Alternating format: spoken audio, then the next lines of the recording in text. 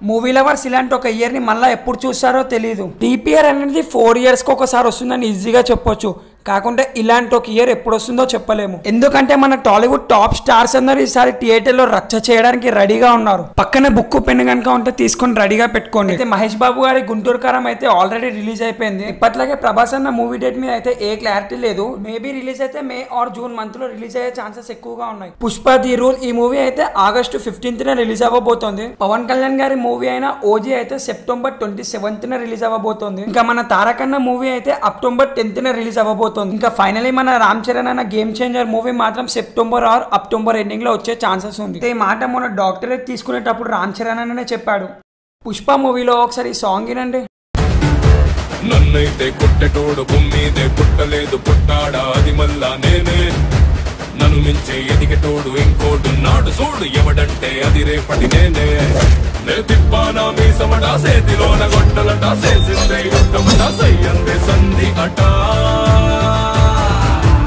ఏ బిడ్డ ఇది నా అడ్డ. ఈ సాంగ్ కి సరైన న్యాయం చేస్తుంది పుష్ప 2 మూవీ. ఈ మూవీ రిలీజ్ కాకముందే pre release business nearly 800 to 900 crores చేసింది. హిందీలో మాత్రం ఇప్పటి వరకే అక్కడ స్టార్స్ కనీ విని ఎరగనంత బిజినెస్ చేసింది. కేవలం హిందీలోనే 200 crores బిజినెస్ చేసింది. పుష్ప 1 రిలీజ్ అప్పుడు ఇక్కడ మిక్స్డ్ టాక్ నడిచింది. కొంతమంది బాగుందని కొంతమంది బాగాలేని చాలా టాక్ నడిచింది. ఇక్కడ తర్వాత సెకండ్ డే థర్డ్ డే కొంచెం పాజిటివ్ టాక్ అయితే వచ్చింది.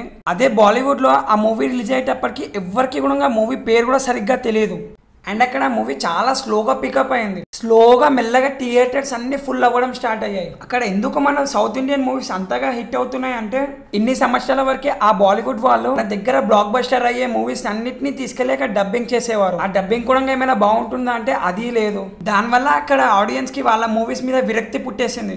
ఇంకా అలాంటి ఒక టైంలోనే మన మూవీస్ అక్కడ రిలీజ్ అవ్వడం స్టార్ట్ అయ్యాయి. ఇంకా మన మూవీస్ లో కొత్తదనాన్ని చూసి వాళ్ళు కూడా మన మూవీస్ కి ఫ్యాన్స్ అయిపోయారు. దానివల్లనే అక్కడ స్టార్స్ కి జరిగిన ప్రీ రిలీజ్ బిజినెస్ అంతా మన మూవీస్ కి జరుగుతుంది. ఈ మధ్య మన టాలీవుడ్ లో బ్లాక్ బస్టర్ కొట్టే ప్రతి ఒక్క మూవీకి సీక్వెల్స్ వస్తున్నాయి. ఒకప్పుడు మన దగ్గర రిలీజ్ అయిన సీక్వెల్ మూవీస్ ని మనం వేల మీద లెక్క పెట్టే వాళ్ళం. కానీ ఇప్పుడు ఏదైనా ఒక మూవీ బ్లాక్ బస్టర్ కొడితే సార్ విత్ ఇన్ 1 month లో ఆ సీక్వెల్ మూవీ గురించి అప్డేట్ వస్తుంది. అయితే ఈ సీక్వెల్ మూవీస్ మీద నా ఒపీనియన్ ఏంటంటే చెయ్యండి మంచిదే, కానీ హాఫ్ లో ఎండ్ చేయకండి మూవీని. సగం మూవీ చూసి మిగతా సగం 3 సంవత్సరాల తర్వాత చూడు అన్నట్టుంది ప్రతి మూవీ. ఈ వారం రిలీజ్ అయిన మిరాయి గ్లిమ్స్ మరియు మనమేలే టీజర్ గురించి మాట్లాడుకుందాం. ఫస్ట్ మిరాయి మూవీ గురించి మాట్లాడుకుందాం. ఈ మూవీలో తేజ సజ్జా గారు సూపర్ యోధాలా కనిపించబోతున్నారు.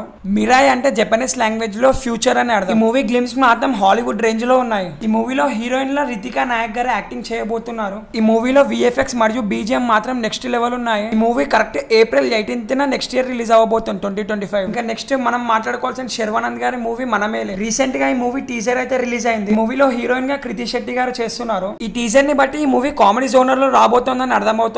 టీజర్ అయితే చాలా బాగుంది. ఇంకా చూడాలి రిలీజ్ అయ్యాక మూవీ ఎలా ఉంటుందో. ఈ మూవీలో మీరే మూవీ గురించి వెయిట్ చేస్తున్నారో ఒకసారి కామెంట్ బాక్స్ లో కామెంట్ చేయండి. మీకు ఈ వీడియో నచ్చినట్లయితే లైక్ కొట్టండి. కొత్త వాళ్ళైతే ఛానల్ కి సబ్స్క్రైబ్ చేసుకోండి. Thank you for watching this video.